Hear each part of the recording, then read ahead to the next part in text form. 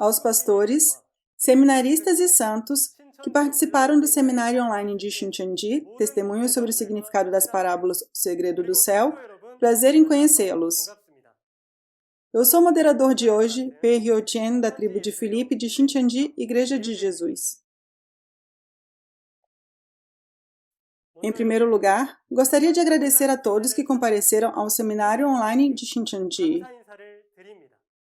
Hoje, ao receberem um testemunho claro das parábolas que foram abertas e suas realidades, espero que vocês obtenham uma grande iluminação. Vamos orar primeiro e começar o seminário de hoje. Deus Pai, a quem somos gratos, agradecemos sinceramente por nos conduzir ao seminário online do Testemunho sobre o significado das parábolas O Segredo do Céu hoje. Por favor, derrame a graça do céu sobre os filhos da fé em Deus que estão conosco aqui hoje.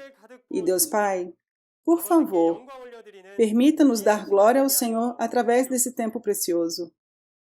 Agradecemos por nos dar olhos para ver, ouvidos para ouvir, sabedoria para entender e um coração aberto hoje, quando todas as profecias de Jesus profetizadas há 2000 anos foram cumpridas.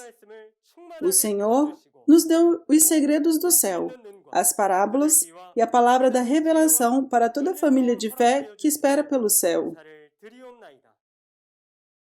Ajude-nos a compreender plenamente e gravar nos nossos corações os segredos do reino dos céus, das profecias do Novo Testamento. Cremos firmemente nas promessas de Deus e Jesus, no céu e na vida eterna que será cumprida de acordo com a palavra.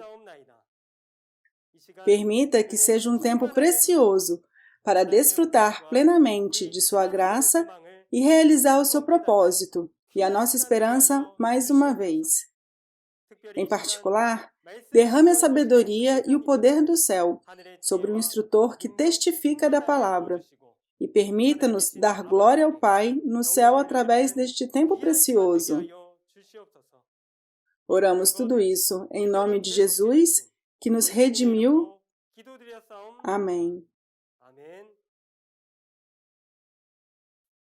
Gostaríamos de informar que este seminário online, Testemunhos sobre o significado das parábolas O Segredo do Céu, está sendo realizado em estrita conformidade com as regras de quarentena e distanciamento social.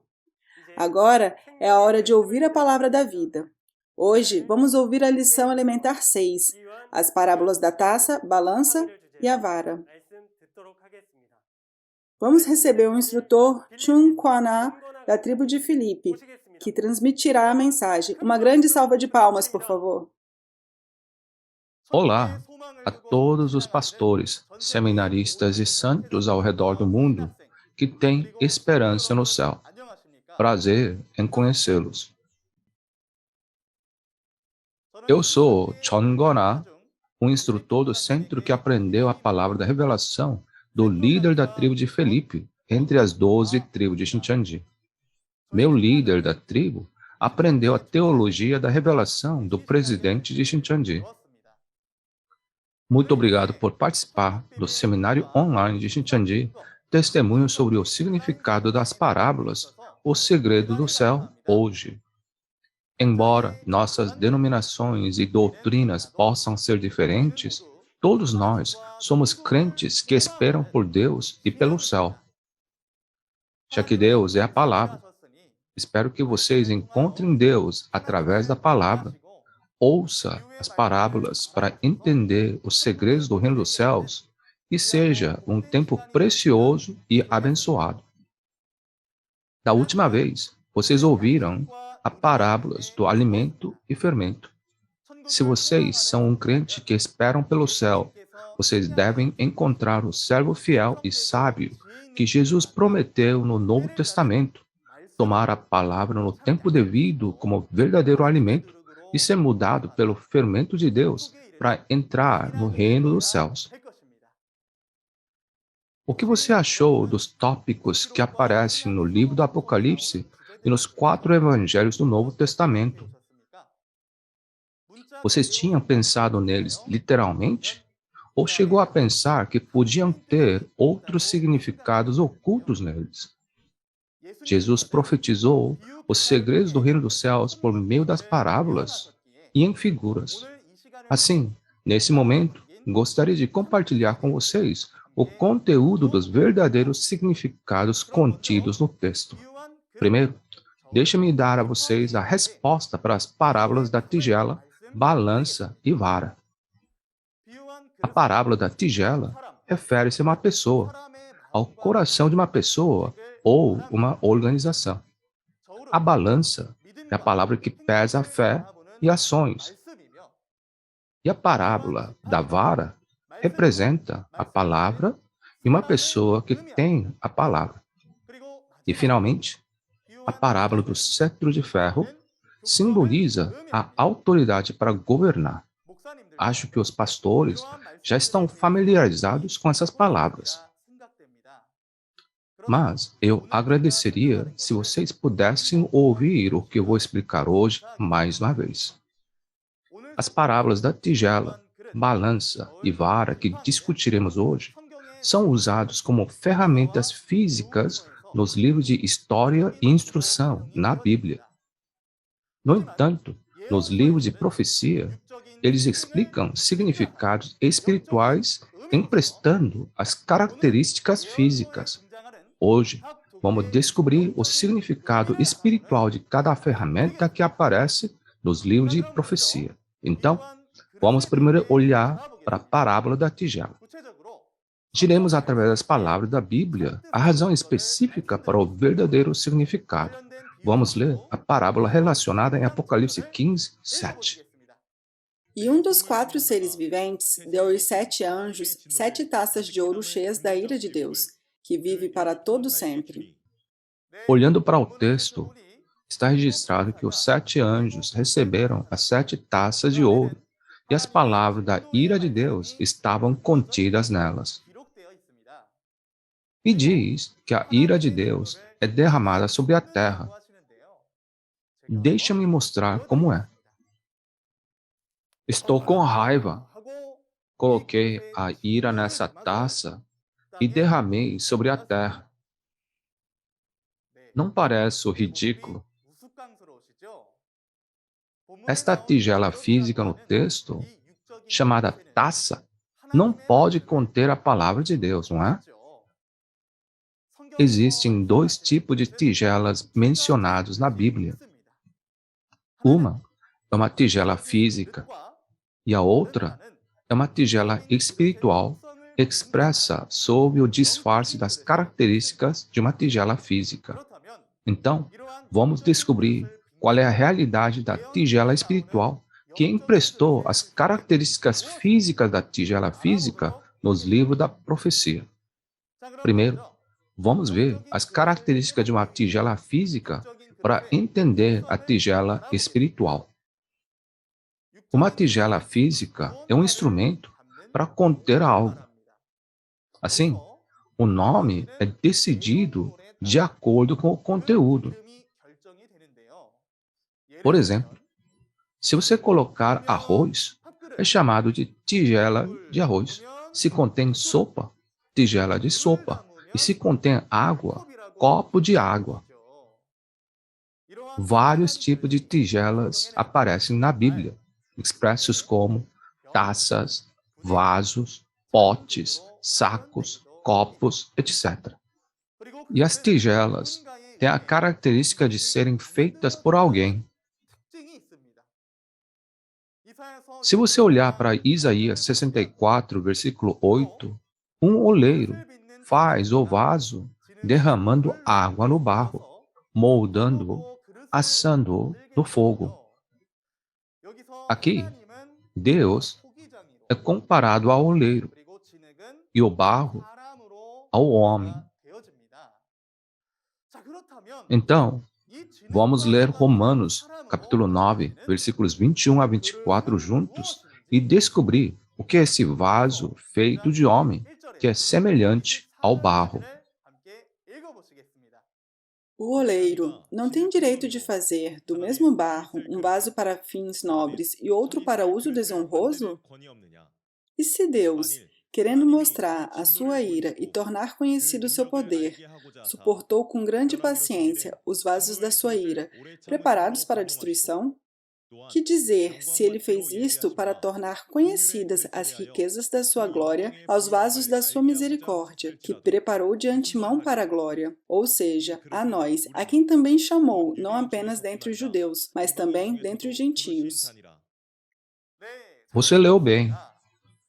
Diz que nós somos vaso a quem ele chamou, não apenas dentre os judeus, mas também dentre os gentios. O vaso é uma pessoa que foi especialmente escolhida e chamada entre muitas pessoas, que são como pó, por Deus, o oleiro. E podemos saber que esse vaso é um missionário que transmite a palavra de Deus, que é como um alimento contido no seu coração. Assim, nas palavras de Atos, capítulo 9, versículo 15, podemos ver que Jesus comparou o apóstolo Paulo a um vaso escolhido. Antes de ser escolhido, Paulo era um homem que zelosamente perseguia, matava e causava danos à igreja de Jesus e aos santos. No entanto, depois que ele foi escolhido por Jesus, ele assumiu a liderança em proclamar o nome de Jesus mais do que qualquer outra pessoa. Se você ler a confissão do apóstolo Paulo em Filipenses 3, versículo 8, ele disse: "Considero tudo como perda, comparado com a suprema grandeza do conhecimento de Cristo Jesus, por quem perdi todas as coisas. Eu as considero como esterco." O que significava a suprema grandeza do conhecimento aqui? Em Gálatas 1, versículos 11 a 12, o apóstolo Paulo disse: "O evangelho por mim anunciado não é de origem humana. Eu o recebi de Jesus Cristo por revelação." Portanto, pode-se ver que depois de ouvir a revelação de Jesus Cristo, Paulo jogou fora toda a imundície de dentro dele e foi transformado em uma nova pessoa. Há um ditado no mundo que descreve uma pessoa de mente estreita e egocêntrica como a tigela do coração tamanho feijão. Enquanto, para aqueles que são generosos, dizemos a tigela do coração como o mar. Além disso, existe uma frase que diz: "Toma tempo para fazer tigelas grandes." Assim, o vaso espiritual mencionado na Bíblia é o homem, e é o vaso do coração que contém a palavra de Deus. Espero que nós também, como Paulo, sejamos escolhidos como vasos de Deus e transformados ao ouvir a palavra da revelação e colocá-la em nossos corações para que possamos ser renovados. Em seguida, vamos olhar para os tipos de tigelas. Existem inúmeros tipos de tigelas físicas, mas existem apenas dois tipos de tigelas espirituais. Uma é a tigela de Deus e a outra é a tigela de Satanás. Creio que todos os crentes gostariam de se tornar as tigelas de Deus, mas só porque você deseja, não significa que você possa se tornar uma. Não é a aparência externa da tigela que é importante. O que é importante é o que está contido dentro dessa tigela. Por exemplo, mesmo que seja uma caixa velha e áspera, se contém joias, é a caixa de joias. Mas uma tigela de ouro, se contém lixo, é lata de lixo. Da mesma forma, se a tigela espiritual contém a verdade ou o alimento de Deus, ela se torna a tigela de Deus. E se contém o falso ensino, a comida de Satanás, se torna a tigela de Satanás. Então, ouvindo essas palavras, eu deveria examinar por mim mesmo que tipo de alimento está contido em mim e pensar, que tipo de vaso sou eu? Não importa o quão zeloso crente eu seja, se a verdade não está em mim, não sou tigela de Deus, mas a tigela de Satanás. No entanto, se você não sabe que tipo de tigela você é, não esvazia o falso ensino dentro de você e fica parado, qual será o resultado dessa tigela? Vamos ler Jeremias 48, 11 a 12. Moabe tem estado tranquila desde a sua juventude, como o vinho deixado com os seus resíduos. Não foi mudada de vasilha em vasilha. Nunca foi para o exílio, por isso o seu sabor permanece o mesmo, e seu cheiro não mudou. Portanto, certamente vêm dias, declara o Senhor, quando enviarei decantadores que a decantarão, esvaziarão as suas jarras e as despedaçarão. Uma tribo chamada Moabe aparece no texto. Eles eram originalmente os eleitos de Deus, mas eles corromperam e adoraram os deuses gentios, tornando-se assim como os gentios. Ele disse que os corações das pessoas que deveriam conhecer e guardar a palavra de Deus estão cheios de seus próprios pensamentos errados e coisas sujas como resíduos nas jarras. Por isso, Deus disse que enviaria decantadores que a decantarão, esvaziarão as suas jarras e as despedaçarão.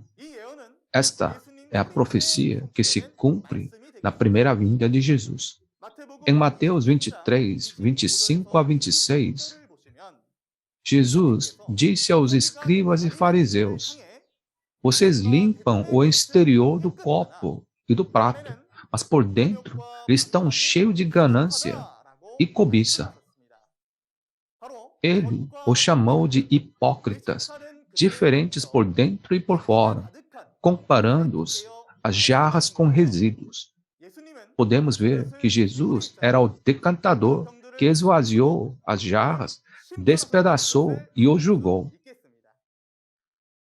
Se você colocar a palavra da verdade em seu coração e se tornar a tigela de Deus, receberá bênçãos. Mas a tigela de Satanás, cheio de falsos ensinos e próprios pensamentos, resultarão em julgamento e maldições. Portanto, não vamos para o céu com a fé formal, ou seja, apenas frequentando a igreja. Mas somente aqueles que encherem seus corações com a palavra de Deus serão reconhecidos como tigelas preciosas de Deus, que podem entrar no céu. Então, devemos primeiro esvaziar as coisas de Satanás que estão cheias dentro de nós e nos lavar, certo? Não podemos receber convidados com pratos sujos. Quando servimos um convidado especial, não preparamos uma tigela especial? Deus também não vê todas as tigelas como iguais. Ele reservou as tigelas para honra. Normalmente, vasos de alta qualidade, luxuosos e caros são valorizados. Mas Deus diz que vasos limpos são vasos para honra. Se você ler 2 Timóteo 2, versículo 21, é dito: se alguém se purificar dessas coisas, será vaso para honra, para o Senhor e preparado para toda boa obra. Então, o que devo fazer para purificar meu coração? A Bíblia diz que existe a água que lava o coração. Se você olhar para João 15, versículo 3, Jesus disse aos seus discípulos: vocês já estão limpos pela palavra que lhes tenho falado. E se você ler 1 Pedro 1, versículo 22, é dito: vocês purificaram a sua vida pela obediência à verdade. Assim como lavamos as coisas sujas com água física, é a palavra de Deus que limpa essa alma suja. Mesmo agora, este é o lugar onde as palavras da revelação, em que as palavras das parábolas são claramente reveladas. Ao receber as palavras de testemunha uma a uma, espero que seu coração, seu vaso, seja purificado por meio dessas palavras. Até agora, vimos a tigela que é comparado ao coração de uma pessoa. Na Bíblia, existem tigelas ainda maiores que podem conter pessoas. Se você olhar para Mateus 13, 47 a 50, é dito que o reino dos céus é como uma rede que é lançada ao mar e apanha toda sorte de peixes, e que juntam os peixes bons em cestos, mas jogam fora os ruins. As palavras de Mateus 13 é o conteúdo espiritual que Jesus falou sobre o mistério do reino dos céus em parábolas. O peixe mencionado aqui, de acordo com Abacuque 1, versículo 14, se refere ao homem, comparados a peixe do mar. E dois tipos de pessoas são os justos que são salvos, colocados na cesta no fim dos tempos, e os ímpios que são julgados e julgados fora. Então, o que significa uma tigela que pode conter pessoas? Será a igreja onde os santos de Deus se reunirão. Em resumo, as tigelas têm dois significados espirituais. Vimos que o valor muda dependendo do tipo de conteúdo que ela contém. Se conter a palavra, coração de uma pessoa. E se conter pessoas, será uma organização como uma igreja. Deu para entender bem a parábola da tigela? Em seguida, vamos conhecer a parábola da balança. Vamos ler o texto relacionado à parábola em Apocalipse 6, versículos 5 a 6. E havendo aberto o terceiro selo, ouvi o terceiro animal dizendo: Vem e vê. E olhei, e eis um cavalo preto, e o que sobre ele estava sentado tinha uma balança na mão. E ouvi uma voz no meio dos quatro animais que dizia: uma medida de trigo por um dinheiro, e 3 medidas de cevada por um dinheiro. E não danifiques o azeite e o vinho. Olhando para o texto, quando o terceiro selo é aberto, aparece um cavalo preto. Diz que o cavaleiro desse cavalo preto tinha uma balança na mão. Existem dois tipos de balanças mencionadas na Bíblia: balança física e a balança espiritual, comparada à balança física. O texto do Apocalipse é uma profecia do tempo da segunda vinda do Senhor. Para entender a realidade dessa profecia escrita em parábolas, vejamos o significado da parábola da balança. Vamos dar uma olhada nas características físicas da balança. A balança é uma ferramenta usada no mercado para medir o peso de um objeto que você compra.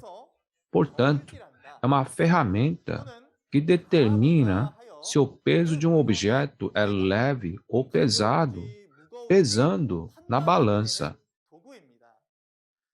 Assim, podemos dizer que a balança é uma ferramenta de julgamento, um padrão de julgamento, não é? Se é isso, essa balança espiritual que é comparada a uma balança física, o que ela pesa no livro da profecia? Existem duas coisas espirituais, as de Deus e as de Satanás. Então, deve haver balança de Deus e a balança de Satanás, não é? Primeiro, vamos olhar para a balança de Deus. O que pesa a balança de Deus? E o que significa pesar? Em Provérbios 24, versículo 12, diz que Deus pesa o coração de uma pessoa com a balança de Deus. E ele disse: não o perceberia aquele que pesa os corações? Não o saberia aquele que preserva a sua vida? Deus deseja pesar e examinar nossos corações. E o que está no coração será revelado por meio de nossas ações. Em 1 Samuel, capítulo 2, versículo 3, é dito que nossas ações são pesadas e que ele nos julgará de acordo com nossas ações. Portanto, essa balança é uma ferramenta de julgamento e é para julgar os corações e ações dos crentes com base na balança de Deus, para saber se eles são ou não dignos aos olhos de Deus. Se você olhar para as palavras de Jó 31, versículo 6, a balança de Deus é a balança justa. Uma vez que o julgamento de Deus é justo, devemos nos tornar crentes dignos, segundo o coração de Deus, porque Ele julga todos na balança com um padrão justo. Nos tribunais do mundo, as pessoas são julgadas com o compêndio de leis, se suas ações são pecaminosas ou não. Assim, este código de leis pode ser comparado a uma balança, porque o padrão para julgar o peso dos criminosos que foram levados ao tribunal. Se você olhar para as marcas dos órgãos administrativos relacionados à lei, você pode ver que a balança está incorporada nela. Isso significa que a lei é como uma balança e tem o desejo de julgar com justiça de acordo com a lei. Deus também pesa nossa fé e ações com base no padrão das leis de Deus. Pessoal, então, quais são as leis que os crentes devem guardar? É a palavra de Deus. Esta palavra de Deus é o padrão de nossa fé e é a lei. É por isso que Deus julga tudo usando a palavra de Deus como balança. O que acontecerá se nossa fé e nossas ações forem pesados na balança de Deus e mostrarem em falta? Em Daniel, capítulo 5, versículos 25 a 30, o rei Belsazar da Babilônia, uma nação gentia, bebeu o vinho gentio na taça de Deus que eles roubaram do templo de Deus em Jerusalém e cometem um pecado diante de Deus, adorando os deuses gentios. Nesse momento, um dedo humano apareceu e começou a escrever Mene, Mene, Tekel, Parsim. E o significado da palavra Tekel aqui é o rei foi pesado na balança de Deus e foi achado em falta. A frase achado em falta significa que suas ações não eram apropriadas aos olhos de Deus. Como resultado, o rei foi morto naquela mesma noite. A razão pela qual olhamos para esta história é porque há o julgamento pela palavra no tempo do Novo Testamento. Em João 12, versículo 48, é dito que a palavra que Jesus tinha pregado julgará as pessoas no último dia. E em Apocalipse 20, versículo 12, é dito que os livros são abertos e as pessoas são julgadas de acordo com o que fizeram, segundo o que estava registrado nos livros. Os livros que são abertos são palavra de Deus, 66 livros da Bíblia. Espero que vocês realmente entendam a palavra de Deus, que foi aberta claramente, para que todos vocês possam entrar no céu através da fé e ações que são segundo o coração de Deus. Diz que existe não apenas a balança de Deus, mas também a balança desonesta, ou seja, a balança de Satanás. Vamos ler a palavra do Provérbios 11, versículo 1. O Senhor repudia balanças desonestas, mas os pesos exatos lhe dão prazer. Sim, vemos que Deus odeia balanças desonestas, mas Ele se agrada com pesos exatos, ou seja, balanças justas. Aqui, a balança justa é a balança de Deus, e a balança desonesta é a balança de Satanás. O padrão é uma balança, é o peso, ou pêndulo. A balança de Deus é de peso exato, isto é, a verdade. A balança desonesta de Satanás é de peso enganador, ou seja, a mentira. É a palavra acrescentada ou tirada da Bíblia, como em Apocalipse 22, versículos 18 a 19. É a interpretação arbitrária e o ensinamento do homem, que são os comentários. Portanto, é muito importante para nós, crentes, distinguir entre a verdade e o falso ensino. Em Oséias 12, versículo 7, está registrado que os comerciantes que usam balança desonesta gostam muito de extorquir. Nesse texto, a igreja é comparada ao mercado, onde o comerciante com balança desonesta é o falso pastor.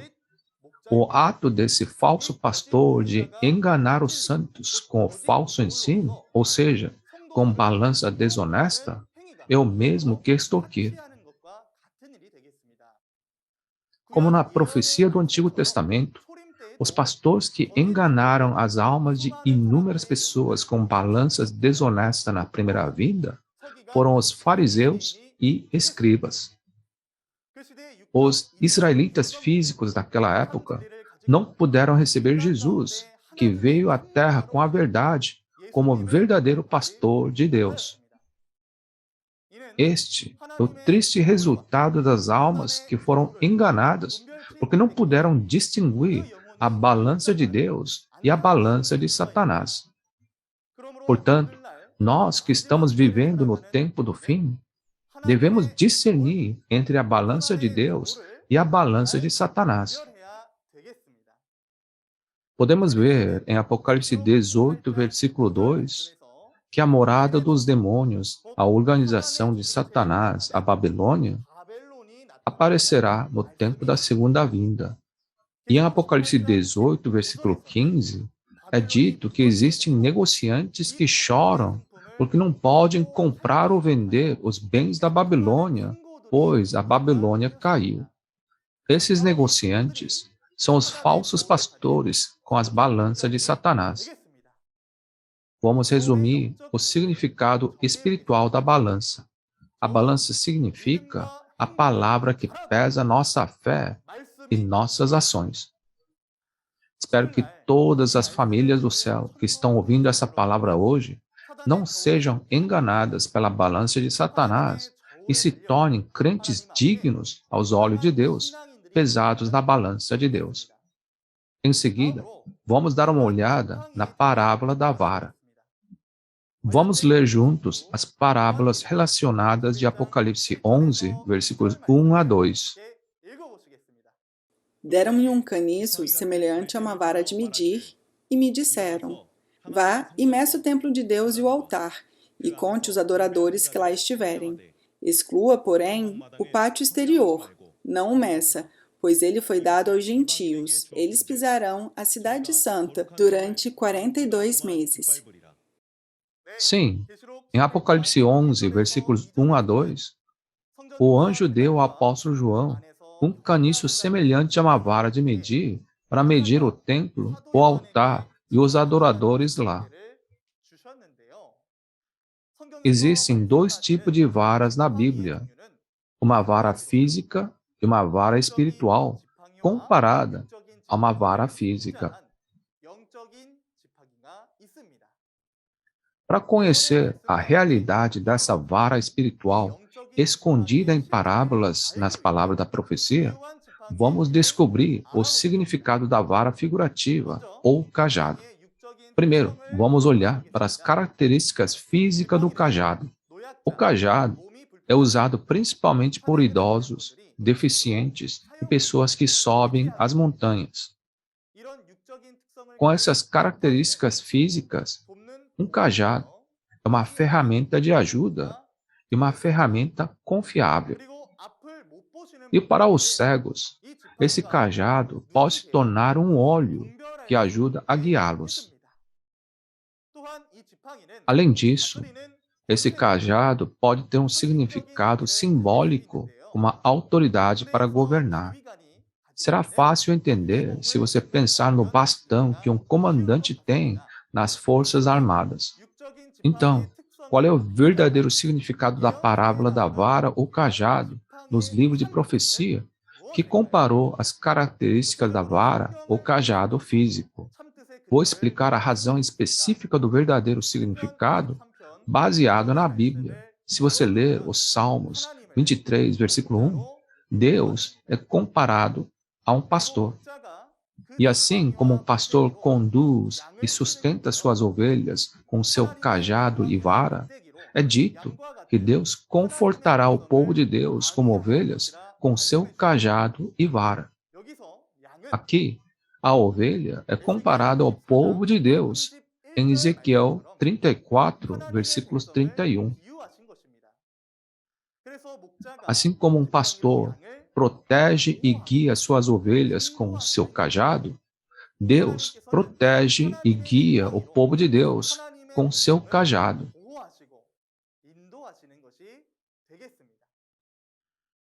Então, vamos ler Jeremias 23, versículo 29, para entender o que é o cajado de Deus.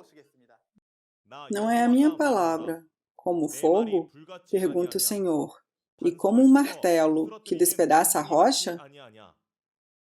Sim, se você olhar para o conteúdo, diz que a palavra de Deus é como um martelo que despedaça a rocha. Então, esse martelo é a palavra de Deus. Assim como um pastor conforta, protege e guia seu rebanho com seu cajado, Deus protege e guia o povo de Deus com a palavra de Deus, que é o cajado de Deus. Então, se você é um pastor, você não deveria levar o povo de Deus para o céu com o cajado dessa palavra? E os santos, que são as ovelhas, também devem confiar na palavra de Deus e serem guiados ao céu. E em Isaías 11, versículo 4, é dito que ele ferirá a terra com a vara de sua boca. Não vai sair a vara real da boca de uma pessoa, né? Da boca saem palavras. Significa que julgará o mundo com as palavras que saem da boca. Antigamente, assim como os pais usavam varas em seus filhos amados para ensinar eles a não andarem no caminho errado, Deus também usa a vara da sua palavra para guiar as pessoas no caminho certo, ou julgar com a palavra para colocar esse mundo no caminho correto. A seguir, o segundo significado da vara ou cajado. Uma pessoa que tem a palavra também pode ser uma vara. Em Isaías 36, versículo 6, diz que o rei do Egito é uma cana esmagada para todos os que confiam ou se apoiam nele. Diz que se apoiar nesta cana, ela furará a mão de pessoas e ferirá a pessoa. Se você olhar para a situação histórica, os israelitas que foram mantidos cativos no Egito foram escravizados por 400 anos e dependiam do faraó, o rei. Deus comparou o rei faraó a um cajado, como uma cana esmagada, como uma pessoa da qual eles não deveriam depender. Então, de quem os israelitas deveriam depender? Era Moisés, o pastor de Deus, que conduziu os israelitas à terra de Canaã. Essa situação era a mesma no tempo da primeira vinda. Assim como o rei do Egito governava o povo de Israel no tempo de Moisés, os fariseus e os escribas governavam o povo de Deus na primeira vinda. Naquela época, todo o povo de Deus dependia religiosamente dos escribas e fariseus. No entanto, Jesus se referiu a eles como serpentes e raça de víboras, revelando que são falsos pastores que pertenciam a Satanás, e testificou que, se apoiando neles como cajado, não poderiam entrar no céu. Em caso afirmativo, quem era o cajado de Deus no qual o povo de Deus devia confiar no tempo da primeira vinda? Era Jesus, o verdadeiro pastor com quem Deus estava, assim como Moisés. Hoje, também precisamos pensar em que tipo de cajado temos nos apoiado até agora, e devemos encontrar o cajado de Deus. Devemos discernir se o meu pastor é o cajado de Deus que me guia ao céu, ou se é o cajado de Satanás que entrega falso ensino, para que não dependamos mais de um cajado de cana quebrada e possamos ir para o verdadeiro pastor como vara de Deus, que tem a palavra da verdade. Se resumirmos o significado da parábola da vara ou cajado, significa a palavra e uma pessoa que tem a palavra. Agora, por último, vejamos o significado do cetro de ferro. Vamos ler os versículos relacionados da parábola, Apocalipse 2, 26 a 27. Aquele que vencer e fizer a minha vontade até o fim, darei autoridade sobre as nações. Ele as governará com cetro de ferro e as despedaçará como um vaso de barro. Sim, está registrado que Jesus dará esse cetro de ferro que recebeu de seu Pai ao vencedor, para que ele governe todas as nações. O que significa o cetro de ferro aqui?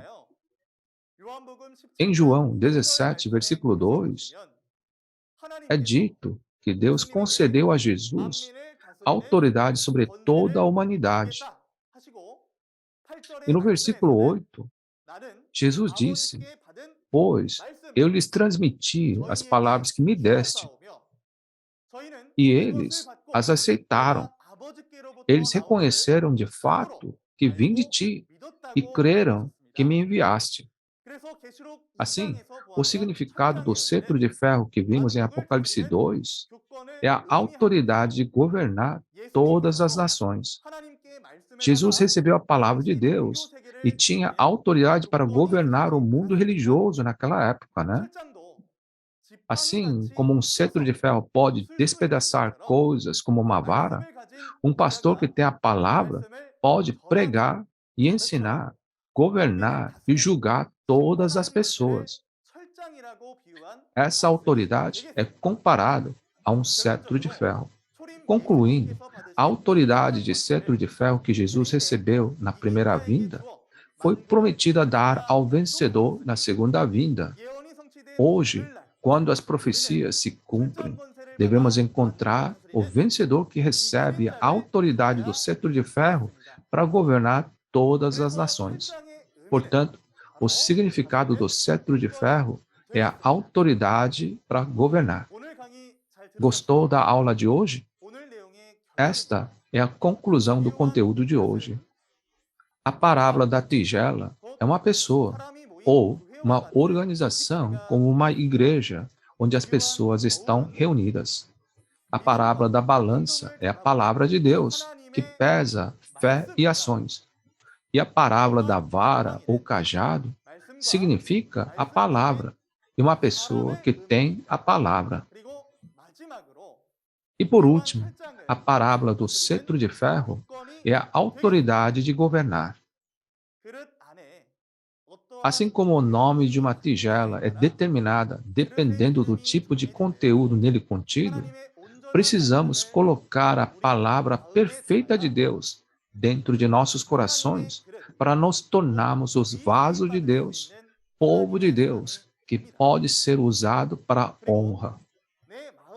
E precisamos purificar nossos vasos, que são nossos corações, com a palavra da revelação, que está claramente aberta hoje, para que possamos renascer como crentes perfeitos e ser achado sem mancha quando Deus, que sonda o coração, nos pesar na balança de Deus. Os segredos do céu que foram escondidos em parábolas até hoje. Somente quando entendermos esses segredos, podemos ir para o céu. A razão pela qual Shincheonji pode testemunhar claramente esta parábola, como Jesus prometeu, é porque a realidade dos segredos do reino dos céus, falados em parábola, foi revelada. A próxima lição é sobre as parábolas do fogo, incensário e panela. Espero que você ouça atentamente a próxima lição, entenda os segredos do reino dos céus e se torne o povo do céu reconhecido por Deus. Agora, finalmente, para mostrar que somos um em Deus e em Jesus, eu gostaria que pudéssemos gritar juntos, We are one. Quando eu disser We are one, então, por favor, levante o dedo assim e vamos gritar juntos. Somos um em Deus e em Jesus. We are one. Vamos orar agora.